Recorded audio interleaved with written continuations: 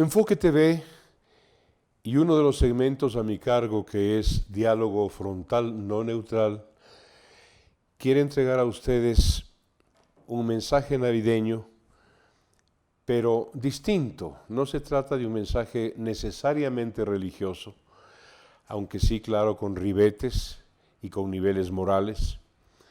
Vamos a analizar lo histórico del cristianismo, de la natividad. Vamos a analizar en una segunda parte el Jesús o el cristianismo teológico. No hay cómo separar el uno del otro. Lo histórico y lo teológico están íntimamente imbricados, enlazados. Y esto va a estar a cargo, este diálogo va a estar a cargo fundamentalmente por la presencia del ya distinguido y respetado historiador ecuatoriano, el doctor Enrique Ayala Mora.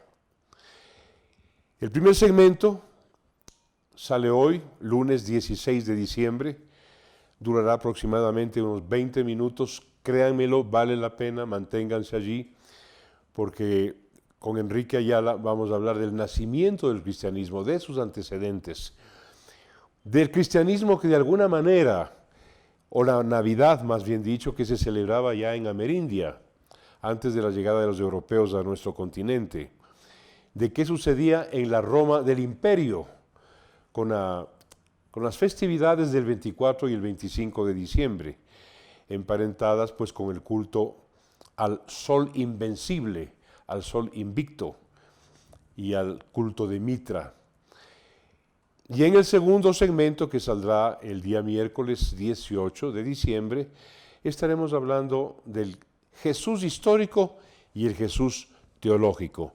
Haremos alusión al papel fundamental de San Pablo, de Saulo de Tarso, ¿no es cierto?, en el aspecto de llevar aquel mensaje cristiano hacia los gentiles, hacia todo el imperio romano. Así que esta es nuestra aportación por estos días universales de la Navidad. Tiempo pascual, tiempo de paz, tiempo navideño. Y de esto que se nos ha vuelto un festejo, ¿no es cierto?, un jolgorio lindo, nos lo merecemos, es la fiesta de los niños, es una fiesta de ensoñación, sin duda, pero tiene sus raíces que evidentemente fueron traumáticas, y de esto que es una historia, y cuyo legado cambió al mundo, el legado de una serie de profetas judíos que culminaron con Jesús, con Joshua, ¿no es cierto? Es un legado maravilloso que cambió el destino del mundo. De esto vamos a hablar con el historiador, con el doctor Enrique Ayala Mora, mi grande y directo amigo, y no vamos a ocultar esa amistad. Para eso lo he invitado hoy. Enrique, bienvenido. Contigo, la Natividad. Una fiesta de muchos años y con muchas vertientes. Ya se celebraba lo que hoy es Navidad en la época aborigen aquí en Ecuador, porque los indígenas festejaban los 4 momentos de los 2 solsticios y los 2 equinoccios como referente del calendario agrícola. ¿Y uno de ellos coincidía con diciembre? Siempre. El 24 de diciembre es el día más corto del año y el 24 de junio es el día más largo del año. Los equinoccios son en la mitad, exactamente, los 24 de cada mes. Cada una de esas fiestas ya se celebraban en la tradición andina. ¿Por qué? Porque el más conocido es el Inti Raymi, ¿no es cierto? Perdón, el Inti Raymi. El Inti Raymi, que es el 24 de junio. Pero esta fiesta en la cual se veía nacer al sol, también es una fiesta que se celebraba aquí, como también en la que coincide con Carnaval, que es el Pauca Raymi, el florecimiento de las flores. Entonces, estas fiestas de alguna manera ya tenían una raíz aborigen, pero en la cristiandad, obviamente, tienen una raíz fundamentalmente mediterránea. Y romana. Antes de Roma, también ya otros pueblos festejaban esta fiesta. En Persia, es decir, en el centro del Asia, había un culto a Mitra. A Mitra, claro. Como los soldados romanos dominaron todo ese continente con la punta de la espada de sus legiones, fueron a parar. ¿Dónde no andaban los romanos? Conquistando y saqueando. Y ellos trajeron esa tradición del culto a Mitra a Roma, que coincidía con diciembre. Desde luego, no era una fiesta judía. No. La fiesta judía, la gran fiesta era la Pascua y tenían otras fiestas como la de los tabernáculos, en fin. Pero esta fiesta era una fiesta que varios pueblos antiguos, mucho antes de los romanos, ya festejaban de nuevo, porque a base de la observación de los astros, a base de los cálculos que ya se conocían con bastante precisión, pues los solsticios y los equinoccios eran los referentes para la organización del año, que ya se tenía un año de 360 días. En algunos casos ese era un poco más preciso, en otros no, luego se aclaró mucho después. También habían meses con calendarios lunares que tenían otras características, pero en suma, de todas maneras, el año no podía ser acortado, porque la primavera, el verano, el otoño, el invierno, etcétera, comienzaban siempre más o menos al mismo tiempo. Y entonces había que calcular eso anualmente y eso ya se lo tenía bastante sistematizado. Efectivamente, el culto al sol es un culto que comienza en el Medio Oriente mucho antes que el culto a Mitra, porque ya los caldeos tenían un culto al sol que se lleva a Egipto cuando se da esa gran revolución de ese faraón que impone una religión con un solo dios. Aknatón, que se llamaba Amenofis IV, ¿no? Amenofis IV, el marido de Nefertiti. De Nefertiti, exactamente. Entonces, efectivamente, varios cultos al sol existen cuando se internacionaliza, cuando se vuelve espacio franco el Mare Nostrum, el Mediterráneo. Entonces hay varias religiones orientales, como el culto a Isis, como el culto a Amon-Ra, también el culto a Mitra, llegan a Roma. Y el culto a Zaratustra, a Zoroastro. Es un poco posterior. Pero lo que es importante es que los romanos asimilan esto y el 24 de diciembre, hacia el 25, proyectado el 25, porque es la noche en la que se festeja el solsticio, se llamaba la fiesta del sol invicto. No, el sol es asimilado a la cultura romana, a la religión romana, y no solamente se tiene la tradición de Mitra, sino el sol romano es también objeto de esta fiesta. Los cristianos, cuando toman el imperio, cuando van penetrando el imperio romano, para poder articularse dentro del imperio, hacen concesiones, a tal punto que el emperador le cede al Papa el título de Pontífice Máximo, que detenta hasta ahora. Puente entre lo humano y lo divino, el obispo pontífice. De Roma, ¿cierto? El obispo de Roma es Pontífice Máximo, pero ese era un título que tenía el emperador, el Pontífice Máximo de la religión romana. Entonces, los cristianos resuelven celebrar la Navidad en la fiesta del sol invicto. Todos los cálculos que se habían hecho establecían que Cristo había nacido más bien en marzo, y no del año 1, sino del año 4 al 6 antes de Cristo, porque el Papa Gregorio le pidió a un monje que se llamaba, a un monje escita, cuyo nombre en este momento se me escapa, pero ya me voy a acordar, Dionisio el Exiguo, porque era chiquito, ¿no?, que calcule en qué fecha del calendario romano, que comenzaba con la fundación de Roma, había nacido Cristo. Y él hace los cálculos, pero se equivoca y pone el año 1 donde no debía. Y entonces resulta que cuando se hace un ajuste posteriormente se dan cuenta que él se había equivocado en 4 o 5 años, porque Cristo nace cuando todavía era rey Herodes. Claro, el Herodes el Grande. Herodes el Grande. Entonces, cuando se hacen todas estas referencias, parece que Cristo nació efectivamente el mes de marzo, el 6 de marzo, 6 o 7 de marzo del año 4 antes de Cristo. 4 antes de Cristo o al 6 antes de Cristo, no se ha precisado nunca. Lo que sí se sabe, curiosamente, es que el año 6 antes de Cristo hay una confluencia de estrellas en el firmamento que podían haber hecho ver a los astrónomos que se trataba de una estrella especial. Como las fiestas de los reyes, claro, los Reyes Magos. Apareció la estrella de los Reyes Magos, pero no el año 1, sino el año 6 antes de Cristo. De manera que Cristo nació en el año 6 antes de Cristo por esta circunstancia.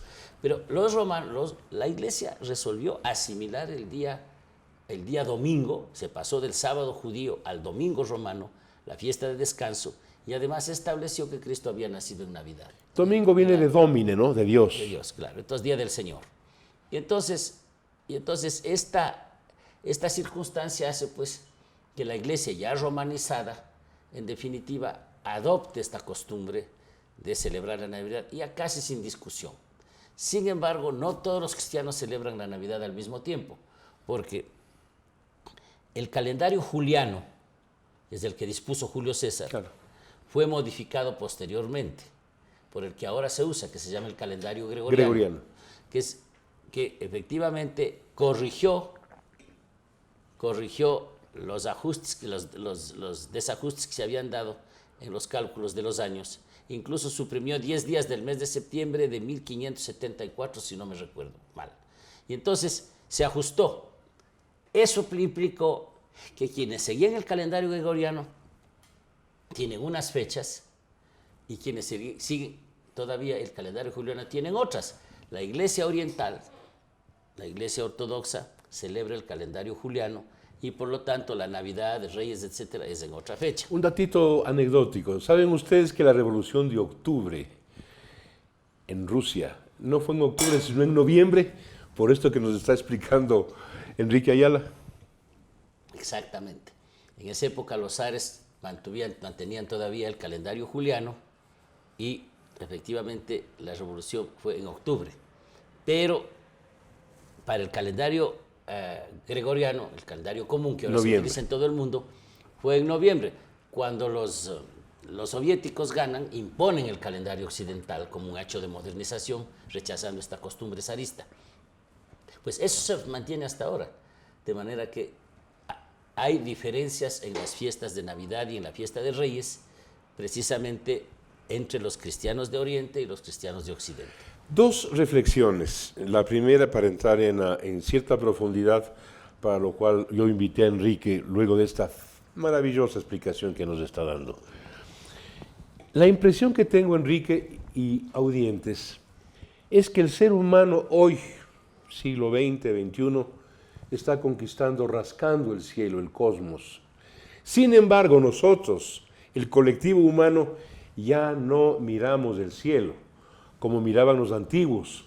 Los antiguos estaban pendientes de una manera intensa, intensísima, mirando el sol, las estrellas y todos los fenómenos que luego interpretaron, ¿no? Y la transformaron en mitología. ¿Por qué es que hoy el cielo casi nos importa poco como no sea para la poesía?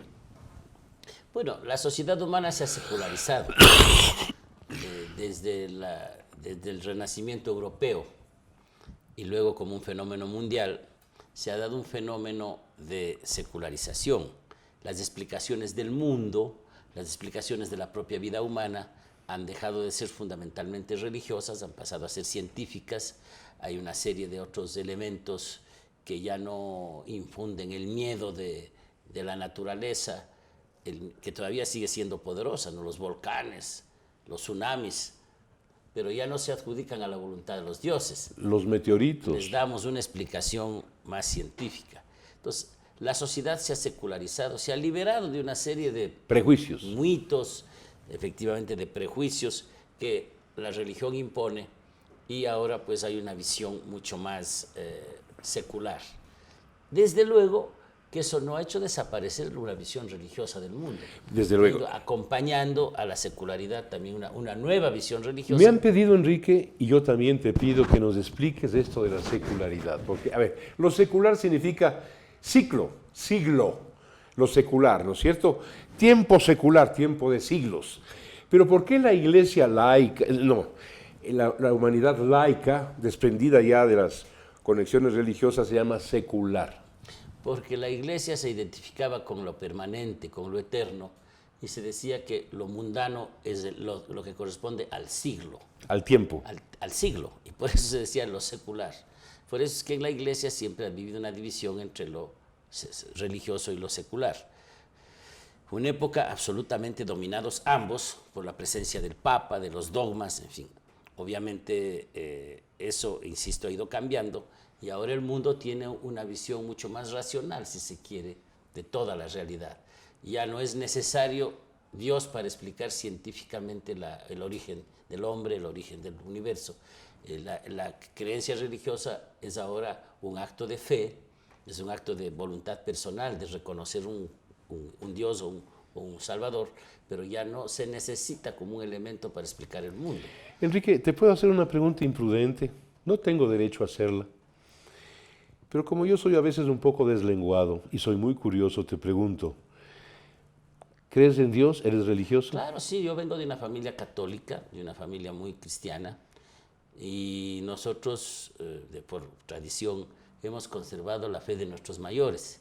En mi caso lo he conservado muy en términos de protesta, en términos de socialismo militante, pero De solidaridad. yo me afilié al Partido Socialista, marxista, que hasta ahora no solamente es mi partido, sino que incluso soy presidente, porque me imbuyó estas ideas Monseñor Leonidas Proaño. Pues hay una serie de cristianos de mi época, de muchachos comprometidos con la revolución, que optamos por ser socialistas, revolucionarios, sin necesariamente dejar de ser creyentes. Eso es un fenómeno mundial. También se da en Nicaragua, también se da en México, en Europa, etc. No es una mayoría, pero existe. En mi caso, nosotros tenemos un compromiso con la fe de nuestros mayores muy profundo, pero al mismo tiempo una visión muy crítica de la iglesia a la que pertenecemos. Es una situación a ratos incómoda, porque la iglesia está acostumbrada a la sumisión y nosotros no somos al muy acatamiento sumisos. y a bajar la cabeza frente a una de los disparates más grandes que ha podido inventar la mente humana, el dogma, cualquiera que este sea. Julio César Trujillo decía lo mismo, ¿no? En una entrevista que alguna vez le hice, ¿no? Decía, yo soy católico, practicante, pero prefiero estar un poco lejos de la jerarquía. Eso decía Julio, ¿no? Un día voy a contar algo, ¿no? Y espero que al terminar este diálogo, Enrique no me lo reclame. Cuando conversé con Enrique, porque yo me encuentro con Enrique a menudo, off record, y converso de cosas triviales y de cosas profundas. Y un día le pregunté sobre el cielo y el infierno. Y él me dijo, luego de una disquisición larga sobre este tema, me dijo, no quisiera estar en el infierno para no encontrarme ahí con Monseñor tal y cual y no sé quién. Enrique. Cierto es, efectivamente. Pero una cosa que siempre he dicho yo, ¿no? A mí no me parece tan importante el andar discutiendo si existe o no el infierno. Lo que sí me parece es que podemos todos luchar juntos, los creyentes y los no creyentes, para que este mundo en que vivimos, no sea tan infernal, no sea un infierno. Eso sí, eso me parece fundamental, porque hablar de un mensaje religioso, cristiano, no implica esperar la venida del próximo mundo o esperar la muerte, no. El mensaje debe ser comprometerse con el mundo de hoy y comprometerse para transformarlo. Eso me parece una idea fundamental. Por eso es que la Navidad, por ejemplo, tiene esa característica, ¿no?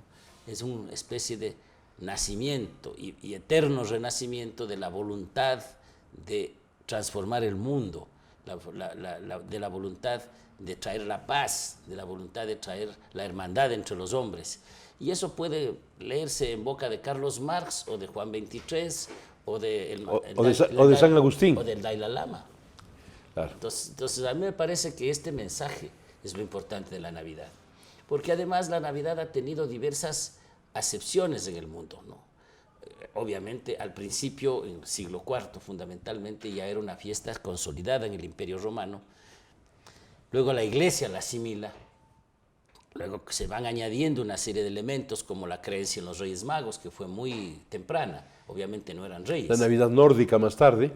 Posteriormente, identificada con el árbol, ¿no? Que luego viene. Pero hay un hecho que a nosotros nos importa mucho, y es que en el siglo XII comenzó una tradición de culto a la Sagrada Familia. Y San Francisco de Asís inventó el nacimiento. Esa es una cosa importante. Ya se hacían autos sacramentales en toda la iglesia que reproducían la escena que ahora llamamos el pase del pesebre. Niño. No, el pase del niño, una procesión con los ángeles, los reyes, eso era muy antiguo. El que comenzó el culto al pesebre es San Francisco de Asís. Al Belén, al pesebre. Claro, al Belén, al pesebre, como nosotros los llamamos, al nacimiento, ¿no?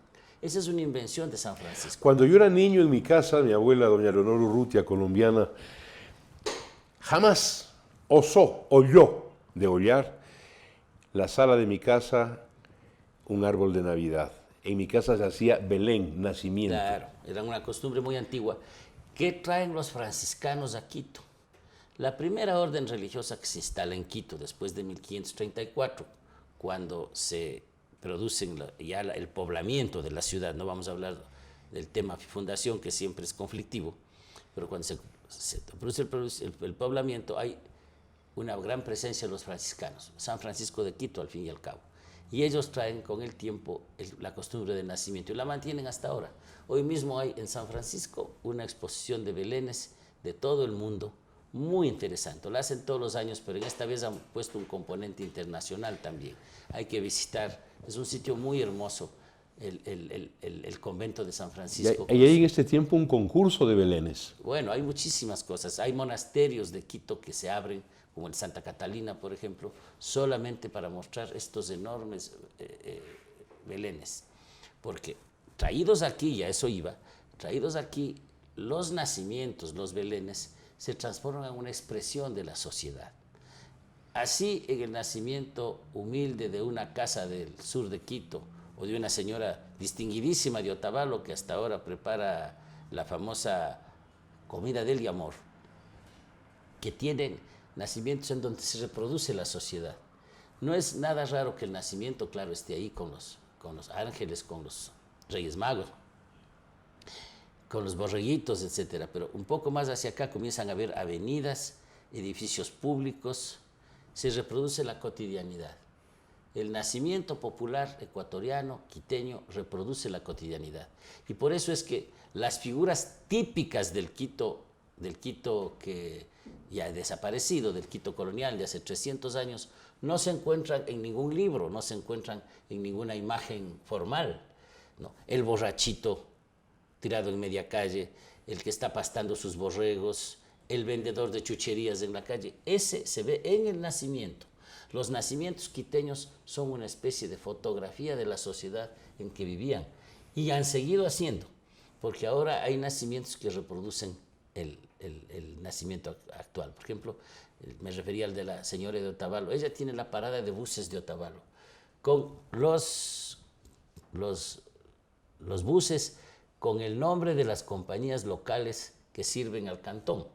Es decir, el nacimiento no es solamente un culto en el aire o una especie de afición abstracta por los niños, sino es una especie de intento de reflejar la sociedad, sus protagonistas cotidianos. Enrique, entraremos al segundo tiempo de esta estupenda conversación, gracias a ti, y voy a darte a elegir en la segunda parte, entre el Jesús histórico y el Jesús teológico. ¿De cuál de los dos quieres hablar? No se puede separar las dos figuras. Correcto. El miércoles 18 de diciembre, la continuación de este diálogo.